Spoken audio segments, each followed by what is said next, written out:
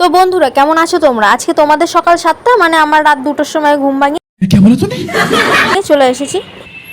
এখন যাচ্ছি পুজো দিতে। বন্ধুর সাথে অটো সিট নিয়ে বিবাদ করার পরে ওকে সামনে বসে আমি পেছনে বসে চলে এলাম কেষ্টপুরে। কেষ্টপুর ভিআইপি থেকে বাস ধরে চলে এলাম বিধাননগর স্টেশন। ডেস্টিনেশনে যাওয়ার ট্রেন চলে এসেছে, তাই আমরা উঠে পড়লাম।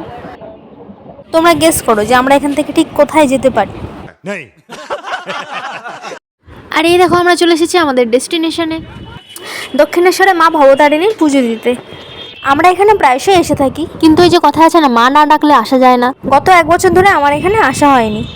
আর ডান দিকে এটা হচ্ছে দক্ষিণেশ্বর মেট্রো, এখানে তোমরা মেট্রোতেও আসতে পারো। আর এই যে মন্দির দেখা যাচ্ছে, ওটা আসলে মন্দির নয়, ওটা হচ্ছে ট্রেনের টিকিট কাউন্টার। আমরা এখন হাঁটছি রানী রাসমণি স্কাইওয়াক থেকে, যার দুদিকে পূজা সামগ্রীর অনেক স্টল রয়েছে। যারা রীতিমতো তোমাদের অনেক অনুরোধ করবে, বলবে তাদের কাছ থেকে ডালা কিনতে, কিন্তু আমরা সেসব ইগনোর করেই গেছি, কারণ আমরা একটা জায়গা থেকে প্রতিবার ডালা কিনে থাকি। ভালো আছো? হ্যাঁ।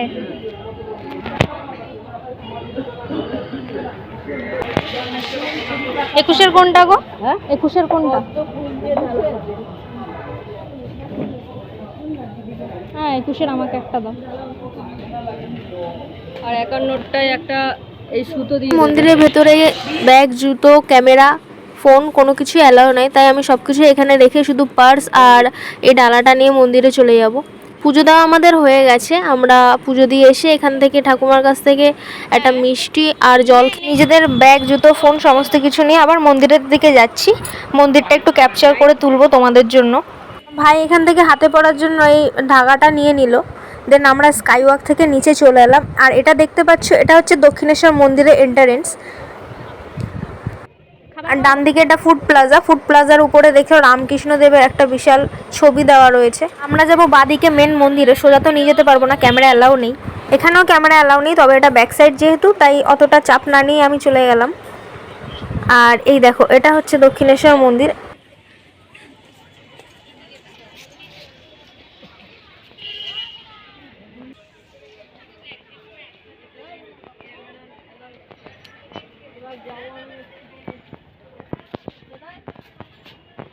আড্ডা ঘাটে যাবো। এখান দিয়ে ঘাটে যাওয়া যায়?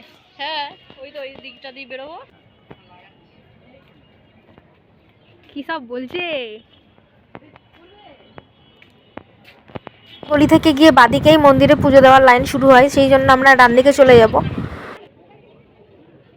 আকাশটা খুবই সুন্দর লাগছিল, কিন্তু সত্যি কথা বলতে ভীষণই গরম লাগছিল, যতই মেঘলা ওয়েদার থাকুক না। এটা হলো রানী রাসমণি দেবীর মূর্তি, যিনি এই মন্দিরে প্রতিষ্ঠা করেছিলেন। আর গঙ্গার ধারে প্রতিষ্ঠিত এই মায়ের মন্দিরে গঙ্গার ধার বরাবর 12টি শিবলিঙ্গ প্রতিষ্ঠিত রয়েছে। আর এই হলো সেই 12টি শিবলিঙ্গের মন্দিরগুলি, যা ছোট থেকে বড় এবং বড় থেকে ছোট হিসেবে সাজানো রয়েছে মন্দিরের ধার বরাবর। আর এটা হলো দক্ষিণেশ্বর ঘাট। আর ওই যে ব্রিজটি দেখা যাচ্ছে, ওটা হচ্ছে বালি ব্রিজ। দেন আমরা এটা দেখে প্ল্যান করলাম যে এবারে আমরা বেলুড়ে যাব। তাই ভালো কাজে দেরি না করার সাথে সাথে আমরা কেটে নিলাম লঞ্চের টিকিট এবং চলে গেলাম লঞ্চের দিকে। কিন্তু এদিকে লঞ্চ ছেড়ে দিচ্ছিল, তাই আমরা দৌড়াচ্ছিলাম। লঞ্চ তো ধরে ফেললাম, কিন্তু असली मज़ा तो आया बेलूर मठ में गए। तो क्या मज़ा आया वो देखने के लिए आपको देखना पड़ेगा नेक्स्ट वीडियो। तो ततक्षण स्टे ट्यून। टाटा।